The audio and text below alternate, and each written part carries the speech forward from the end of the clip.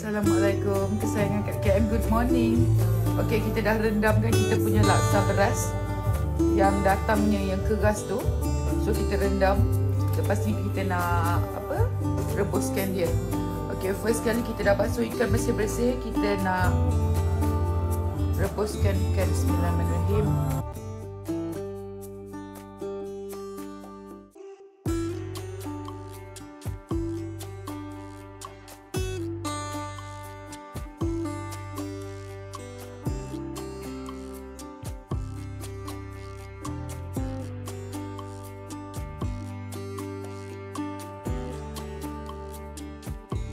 Tambah lagi air. Lepas ni masukkan bawang besar,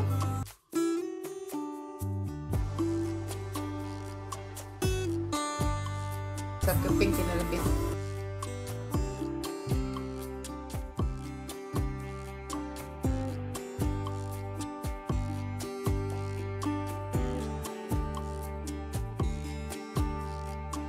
Mesti ada cili kering yang kita dah mixin.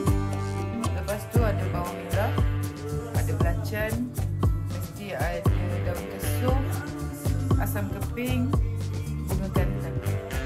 Ni je yang perkara wajib yang mesti ada bila kita masak laksa. Memang beli juga petis ni, tapi kita makan masa kita nak makan. Okay. So kita dah serve tu baru kita suka, kita letak dalam mangkuk kita. Nama nak letak dalam kuah Kak KM tak suka sebab dia manis-manis. So terpulang dekat masing-masing punya kehendak, ya.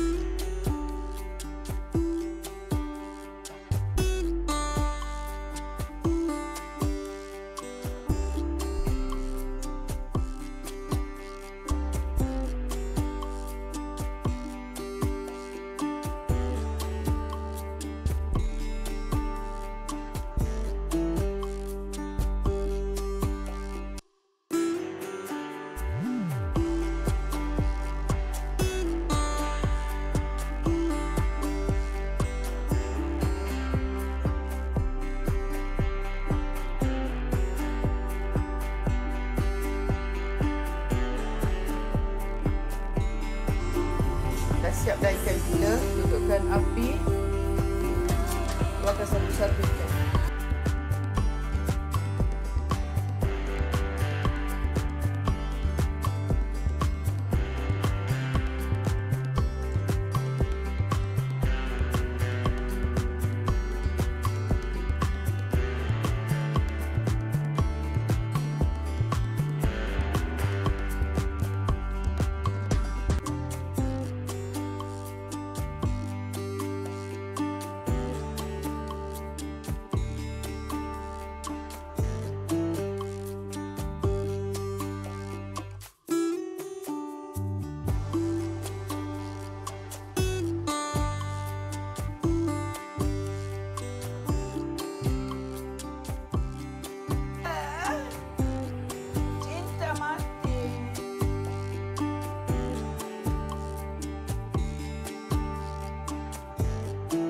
Dia bawang-bawang dia kita dah tak nak, so kita boleh buangkan dia.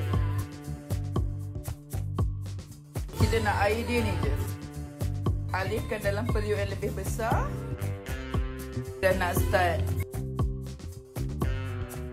menguah, ya, menguah.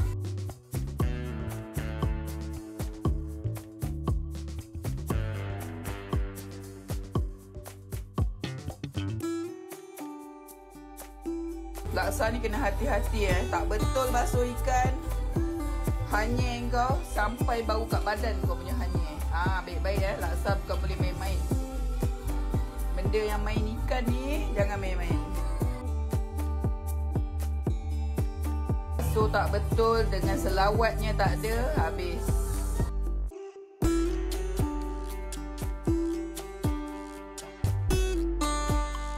Sekejap je kita rebus, dah boleh makan dah ni. Itulah gunanya bila kita rendamkan dia dulu, okey. siap laksa kita. So now kita nak tukar periuk dulu. Okey, sementara tunggu ada lagi separuh ikan, kita blend dulu.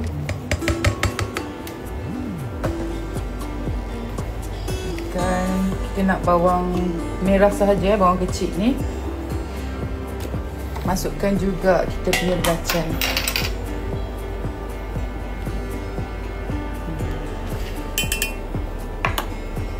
Right.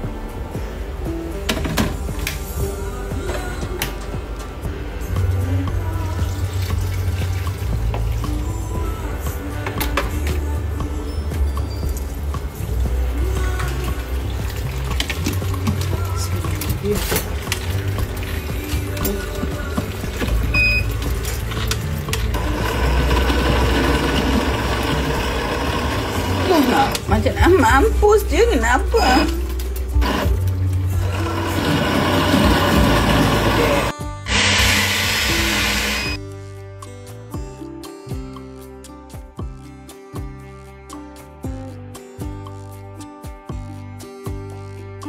Dekat air ikan tadi tu. Okey, teruskan lagi. Bawang cukup lah. Maknanya kita nak ikan lagi. Sabar jap.